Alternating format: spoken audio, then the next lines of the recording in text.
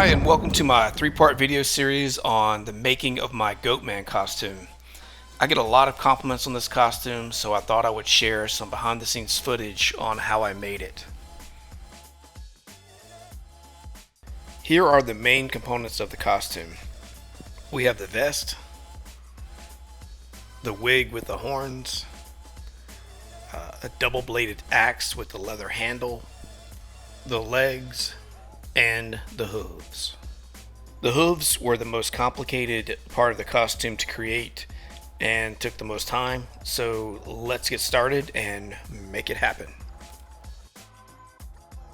I had to find some sort of footwear that mimicked the shape of a hoof, had ankle support, enough material on the bottom that I can cut and shape, and also had a 2 to 3 inch heel. The only thing that I could find that would work are these women's boots. And lucky for me, my foot size is an 8.5, so I was able to find some that fit me relatively well. Knowing that I was going to remove the heel to match the profile of a hoof, I needed to find the center of gravity, at least my center of gravity. To do that, I created a wooden jig that followed the profile of the bottom of the boot, and in the picture you can see a little arrow that is really close to my center of gravity. From the toe of the boot to the center line is about how big the base of the hoof needed to be so I would have enough support to not fall over backward. The angle on the back of the jig is about the angle I need for a support from the base of the hoof to my heel. I needed to have some sort of support that goes from my heel to the hoof base to keep my weight centered and over my toes. Next, I cut the heel off the boot and removed some of the sole under the toe to match the profile of the jig. I'm going to embed the boots into a wooden hoof, so I left about a 1/2 inch to 3/4 of an inch of the sole so there is enough material to bond with the wooden hooves and not lose structural integrity of the boot. I wanted the hoof to be 3.5 to 4 inches in thickness, so I glued a few boards together and traced the boot sole on the block of wood and used my bandsaw, router, and sander to shape the hoof and hollow out the portion of the hoof where I will connect the boot and hoof together. In the beginning of the video, when I was working out my center of gravity in these boots, I pointed out that I would need to add a support when I cut off the heel.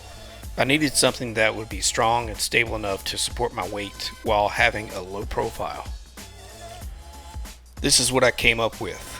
I cut a piece of sheet metal and bent it to follow the contour of the boot and left tabs on the sheet metal that will be folded around the toe of the boot.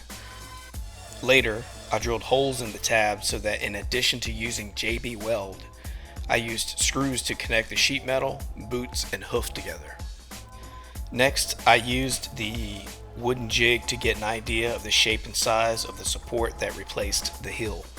At the time, I didn't have a welder, so I used an acetylene torch and coat hanger to weld the heel support to the boot arch. Here's a few images of me dry fitting the parts before I glue and fasten everything together.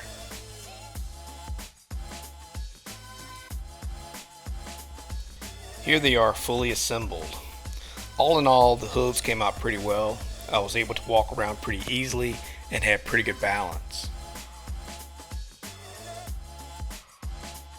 Next, I painted the wood to look like a hoof. I added some rubber to the bottom of the hooves for traction and added Velcro so that the fur from the legs had something to connect to.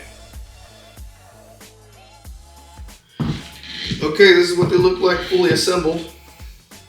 You can see I can walk around pretty good. The bottom's pretty big, enough to support. Open this up so you can see that's the boot. You gotta see that. That support in the back is really crucial. If you don't have that, you'll fall over. So I appreciate you watching. Stay tuned for the next video on how we're gonna make the legs.